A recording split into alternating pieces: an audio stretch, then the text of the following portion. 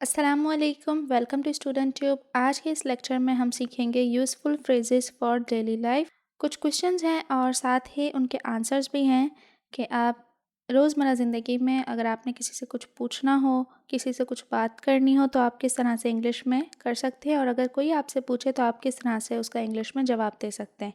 सबसे पहला क्वेश्चन है यहाँ पर, व्हाट डू यू डू। अब व्हाट डू यू डू का मतलब है कि आप क्या करते हैं। अब यहाँ पर आपने बताना होता है कि आप what do you do for living. अब आपने यहाँ पर बताना होता है कि आप क्या करते हैं, मतलब क्या काम करते हैं।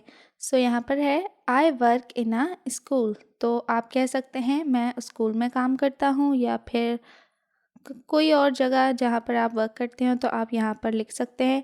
इसके बाद व्हाट्स योर जॉब। अब ये जो दोनों सवाल हैं वो एक ही मकसद के लिए पूछे जाते हैं, मतलब कि पूछा जाता है कि आप करते क्या हैं या फिर आपकी जॉब क्या है, ठीक है, बट अलग अलग हैं। What's your job, I am a teacher, I am a lawyer, I am a doctor, ठीक है, I work in a hospital. इस तरह से व्हाट डू यू डू। अब एक क्वेश्चन यहाँ पर ये भी होता है, what do you do for living. उसका भी सेम ही जवाब होगा, I work in a school, या फिर I am a teacher, I am a doctor, I am a lawyer, ठीक है। अब है are you student. Yes I am studying chemistry at university.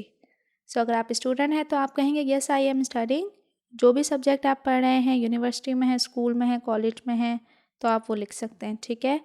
इसके बाद अगर आप नहीं हैं तो आप क्या कहेंगे, no I am not a student, no I am not a student, ठीक है।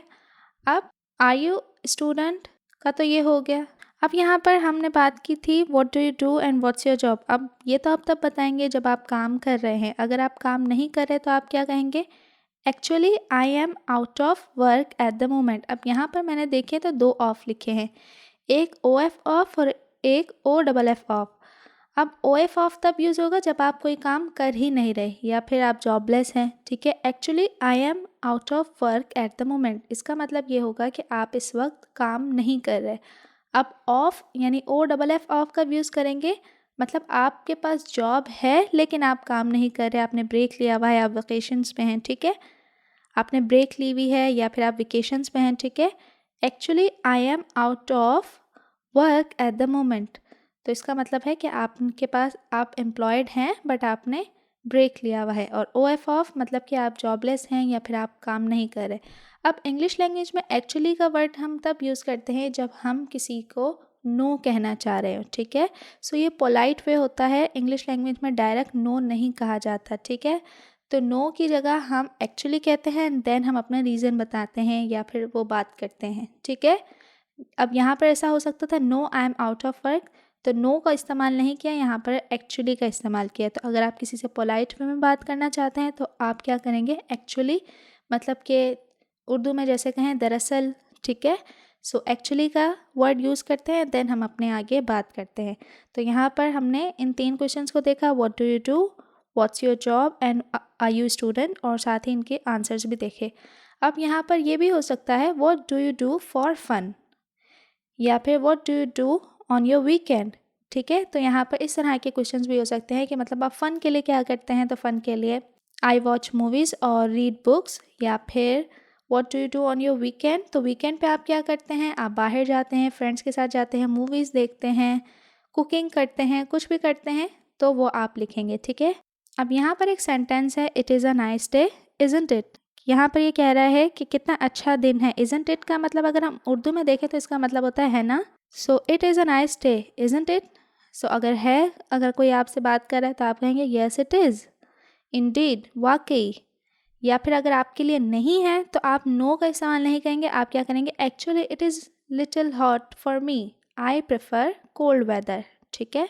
तो अगर आपके लिए वो दिन अच्छा नहीं है या फिर आपको गर्मी पसंद नहीं है, क्या कहेंगे आप, actually it is little hot for me, I prefer cold weather, ठीक है। नो की जगह आप पहले एक्चुअली लगाएंगे और देन बताएंगे कि क्यों आपको पसंद नहीं है या क्यों ये दिन अच्छा नहीं है, या जो भी बात है, ठीक है। Then do you mind if I sit here. अब किसी की बराबर में कोई सीट खाली है और आप वहाँ पर बैठना चाहते हैं तो आप क्या कहेंगे, do you mind if I sit here.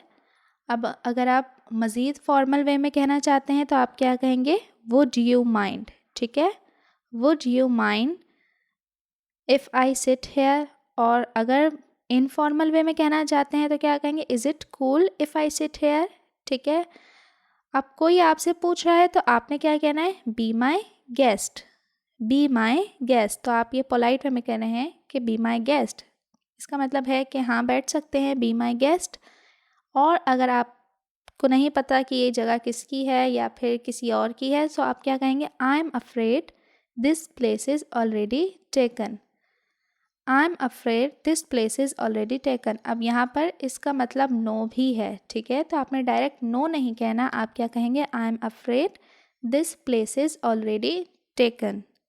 अब इसके बाद है, do you mind if I borrow your bicycle.